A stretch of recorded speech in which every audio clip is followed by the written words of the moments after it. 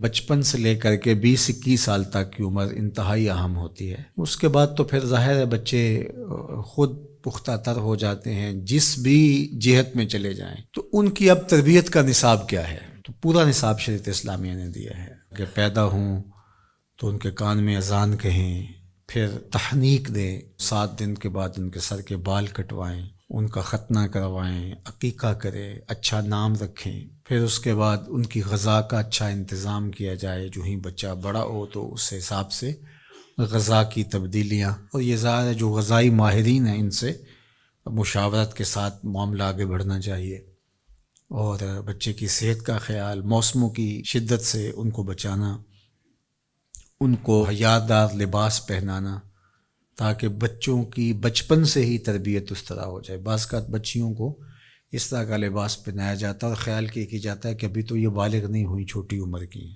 تو چھوٹی عمر سے ہی ان کو جو ہے وہ یہ چیزیں سکھلائی جائیں تاکہ وہ ان کی طبع کے اندر وہ چیز راسخ ہو جائے۔ اگر 9-10 سال کی بچی بھی پردہ نہیں کرتی اور اس طرح کا لباس پہنتی ہے تو بعد میں اس کو اتنی جھجک نہیں ہوگی اور پھر اس کو پردے پہ لانا مشکل ہو جائے گا۔ تو یہ ساری چیزیں جو ہیں وہ بچوں کو شروع سے سکھائی جائیں۔ ان کی فطرت میں یہ چیز ہوتی ہے، اس فطرت کو اجاگر کرنا ہوتا ہے۔ اس طرح 7 سال کا بچہ ہو جائے تو اس کو نماز کی تلقین کرنا، اور 10 سال کا ہو جائے اور نماز نہیں پڑھتا تو اس پہ سختی کرنا تاکہ وہ نماز قاتی ہو، اور جب بالغ ہو جائے تو پھر تو شرن بھی اس کے اوپر واجب ہو جاتی ہے، اب اگر نہیں پڑھے گا تو گناہ گار ہوگا۔ اس طرح عقائد اسلامیہ ہیں اس کے اندر راسخ کرنا تاکہ بچپن کے اندر ہی وہ چیزیں اس کے اندر اترنی شروع ہو جائیں۔ اس حوالے سے حضرت لقمان حکیم کا اپنے بیٹوں کے ساتھ جو مکالمہ ہے قرآن نے بیان فرمایا ہے۔ وَإِذْ قَالَ لقمان، جب حضرت لقمان علیہ السلام نے کہا ابن ہی اپنے بیٹے سے، وَهُوَ يَعِظُهُ، وہ ان سے گفتگو کر رہے تھے، ان کو نصیحت کر رہے تھے، ان کو واعظ فرما رہے تھے، یا بنیہ، اے میرے بیٹے، لا تشرک باللہ، اللہ کے ساتھ کسی کو شریک نہ ٹھہرانا۔ اولاد کی طبع میں توحید کو راسخ کرنا اور انہیں شرک سے اجتناب کرنے کی تلقین کرنا، یہ تمام وصیتوں کی جان ہے۔ چونکہ عقیدہ توحید جب آپ کے سینے میں اتر گیا تو پھر آپ خوف کے مرض سے نجات پا جائیں گے، آپ کے اندر توکل پیدا ہوگا، اللہ کا خوف پیدا ہوگا اور غیر کا خوف دل سے نکل جائے گا، آپ کی طبیعت ریا سے مبرہ ہو جائے گی، خلوص للہیت، یہ چیزیں پیدا ہوں گی۔ تو یہ توحید کا فیضان ہے۔ اور ہم کیا دیکھ رہے ہیں؟ چند ٹگوں پہ لوگ اپنی زندگیاں وار رہے ہیں۔ یہ جو ہاہاکار مچی ہوئی ہے، وہ لوٹ گیا، وہ کھا گیا، یہ کر گیا، وہ یہ کر گیا، آپ اگر دیکھیں اطراف میں پھیلا ہو، یہ معاشرہ انسانی معاشرہ ہے؟ یہ تو حیوانی معاشرہ لگ رہا ہے۔ یہ سارے لوگ ماں باپ کی گود سے تربیت لے کے گزرے ہوئے لوگ ہیں۔ اسی طرح سکول، کالج، دانشگاہیں، ادارے، یہ سارے اس آغوش سے گزر کے گئے۔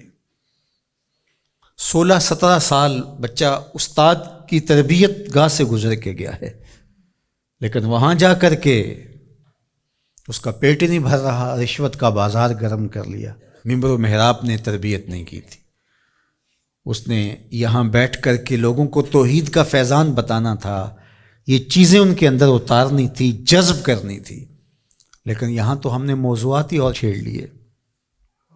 نظری مسائل میں خطیب الجھ کے رہ گیا، اور نتیجہ کیا ہوا ہے کہ قوم کی تربیت کا فریضہ اس سے عہدہ برائی نہیں ہو سکا۔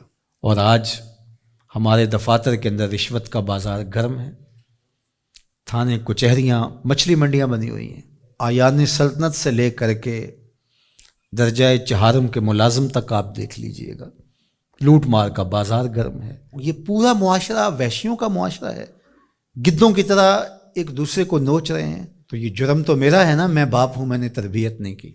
اگر میں نے تربیت کی ہوتی، میرا بیٹا جس منصب پہ بھی ہوتا، ملک سے بھی وفا کرتا، اسلام سے بھی وفا کرتا، انسانیت سے بھی وفا کرتا۔ لیکن اگر میرا بیٹا منصب پہ پہنچ کے وفا نہیں کر رہا تو میری تربیت میں نقص تھا۔ مختلف اساتذہ سے 15-16 سال وہ پڑھ کر کے گیا ہے، ماں باپ کے پاس رہا، اس معاشرے کی آغوش میں پلا پڑا، تو پھر اس کا مطلب کیا؟ پورا معاشرہ کرپٹ ہے نا، یہ معاشرے کا نقشہ ہے۔ اگر ہم نے تربیت کی ہوئی ہوتی تو یہ نتیجہ کبھی نہ ہوتا. تربیت کا عمل مفقود ہو گیا ہے. دانشگاہوں سے لے کر کے منبر و محراب تک، آغوش مادر سے لے کر کے معاشرے کی پھیلی ہوئی وسیع آغوش تک، سارا نظام ہے جس کا چہرہ، جس کے خد و خال اب ہمارے سامنے آ گئے ہیں. اور آنے والا دور کتنا بھیانک ہوگا ذرا تصور کیجئے. تو آج میں اور آپ جہاں کھڑے ہیں، اگر ہم نے اپنی نسلوں کو نہیں سنبھالا ہے اور ان کے اندر اسلامی عقائد اتارے نہیں ہیں، راسخ نہیں کیے ہیں، تو جس سمت ہم بڑھ گئے، آنے والا دور